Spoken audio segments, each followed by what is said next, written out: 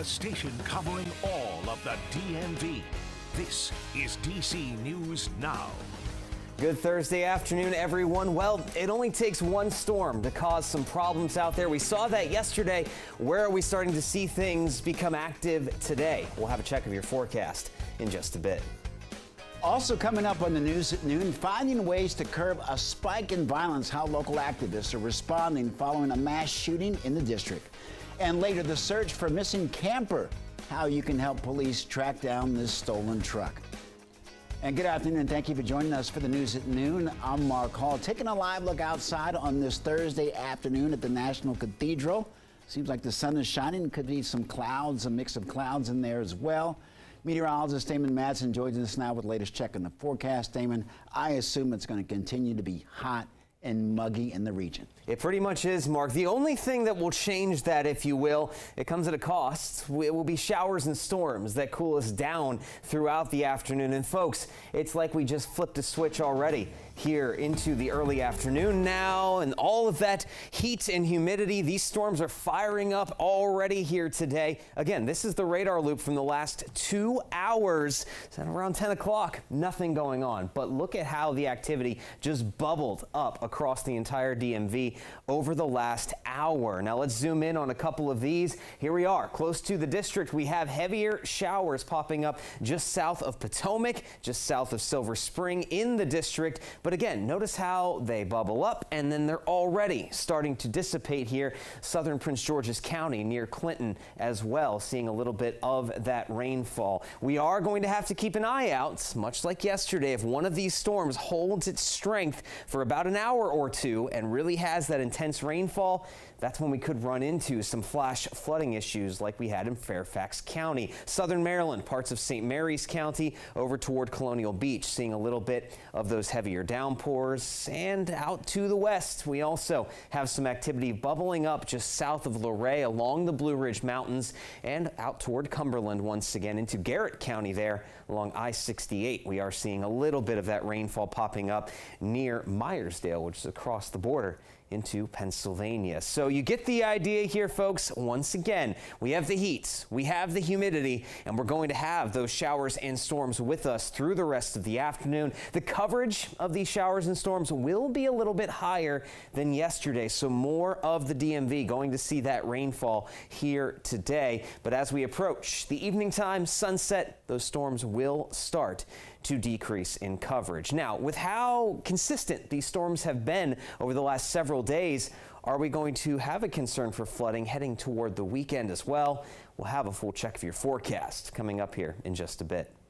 All right, Damon, thank you, Sarah, so very much. And again, you just heard from him. It's no secret it's going to be hot outside, probably until Sunday, and it's going to feel like it's in the upper 90s every day. And DC News Now's Lex Juarez joins us with how the district is responding.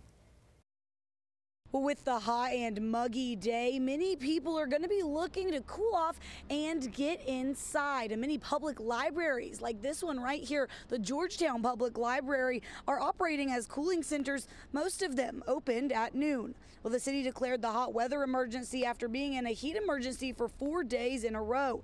This activates extra resources to canvass the city and make sure people know how to access their cooling centers and other resources. Well, this is just the beginning of the summer months, so it's extremely important that people stay hydrated and keep themselves as cool as they can, whether that's at cooling centers, public pools, or splash pads. I think that people just have to be prepared for more extreme temperatures and weather. We should expect that we will experience more days of heat emergencies this summer. Well, it's especially important that people keep an eye on their neighbors, especially those who are more vulnerable, like the elderly. This hot weather emergency will be in place until Sunday. In Georgetown, I'm Lex Juarez, DC News Now. Lex, thank you. And if you see any vulnerable residents out in the heat, and they look like they need help, call the shelter hotline, and someone from the Department of Human Services can provide some assistance. That number, 202-399-7093. Let me do it again, 202-399-7093. And to access the interactive map with cooling center information, go to heat.dc.gov. Well, new this afternoon, custom officers at Dulles International Airport say that they seized over 70 pounds of cathinone. a psychoactive drug similar to amphetamines, and officials say that they stopped 2 boxes of the drug that were being sent to the district. U.S. Customs and Border Protection says that the drug has been reported to cause high blood pressure, dehydration, and hallucinations. Well, 1 person is dead and 7 others are hurt after a block party shooting in Salisbury. That's according to the Wicomico County Sheriff's Office, and officials say that it happened on Chippewa Boulevard on Wednesday. Deputies say a 14-year-old boy died. The other victims are expected to be okay. This is the 2nd mass shooting in Maryland in less than a week. It also comes after a violent 4th of July holiday here in the district. A mass shooting at a block party in the Deanwood neighborhood in Northeast left 9 people injured, including a 10-year-old. D.C. police say that it was one of at least 7 separate shootings over the course of the night. They say that this car on your screen targeted the crowd gathered on Meade Street. We spoke to the party's organizer, who says that her sister and nephew are among the victims. His brother picked him up out the car. My brother shot and carried him all the way over here. Police say that all the victims are expected to recover. Meantime, people across the district calling for a stop to the violence. A group met at the Arc in Southeast to talk about the rise in crime, and organizers say the meeting had been in the works for weeks, but the weekend violence increased the need for it. And according to data from police, homicides have jumped more than 15% so far this year. In Ward 8, 54 people have been killed. Now, the advocacy group Building Bridges Across the River hosted a meeting to discuss possible solutions to curb the violence. Some people we spoke to say that the meeting says that change needs to happen now. We're tired of burying our babies. It could be the smallest of things, unfortunately. We need to be able to find the solutions, and we can't wait for anybody else to do it. Well, some say lack of conflict resolution is one of the bigger problems. They believe that small issues should not end up with people dying. Well, 5 men are on the run after stealing a camper from a camping store in Thurmont, Maryland. Now, that theft was caught on camera, but the camper is still missing. And a Frederick County reporter, Michaela Newton, tells us that there's now a $2,000 reward to help find it. Well, this happened at Beckley's RVs along Cocoxton Mountain Highway, and the Frederick County Sheriff's Office tells me this is not the first time that someone has stolen from them. In fact, this happened just last month at the exact same business. Video footage shows 5 suspects as they pull up to Beckley's RVs, connect a camper to a Toyota Tundra, and pull off. And in March of this year, 28-year-old Eric Lindsay was arrested for stealing approximately 17 catalytic converters from the same business. Andy Harry has owned his RV for about 8 years and parks his RV in the Beckley service lot. This year's locked up. The keys are held by Beckley's, and it's stored here for 11 months a year. So they just park it. I drop it off and they park it for me. When he heard about the recent theft at Beckley's RVs, he couldn't believe it.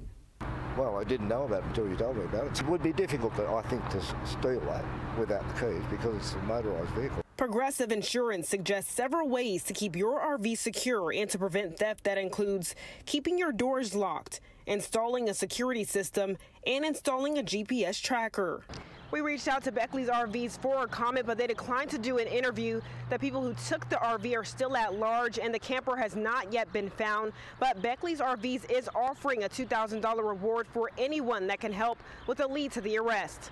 Reporting in Thurmont, Maryland, I'm Michaela Newton for DC News Now.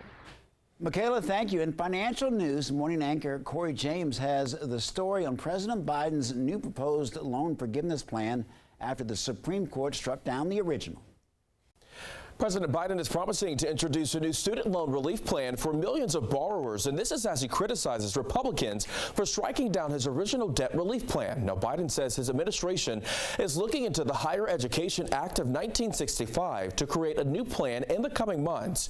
Meantime, the White House says it is also creating a program called On-Ramp to help people repay their debts. Officials say the plan will help borrowers avoid defaulting on their loans if they fall behind on payments.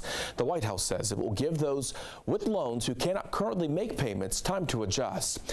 Meantime, if you are preparing to start paying back your student loans, we have some tips to help you manage your debt. You can check check out the U.S. Education Department's Federal Student Aid website. That's where you can find some frequently asked questions regarding debt relief and payment options that are there for you to see. Experts also recommend using the loan simulator tool on studentaid.gov. This will help you find the best payment plan for your specific need.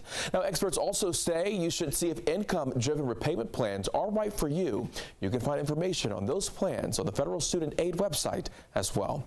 In the studio, Corey James, DC News Now. All right, thanks to Corey. Well, the White House is facing backlash about its decision to reactivate interest for student loans as part of its on-ramp repayment program. Progressives and advocates argue it's not enough to help struggling borrowers. Meantime, Republicans say the proposals violate the debt ceiling agreement.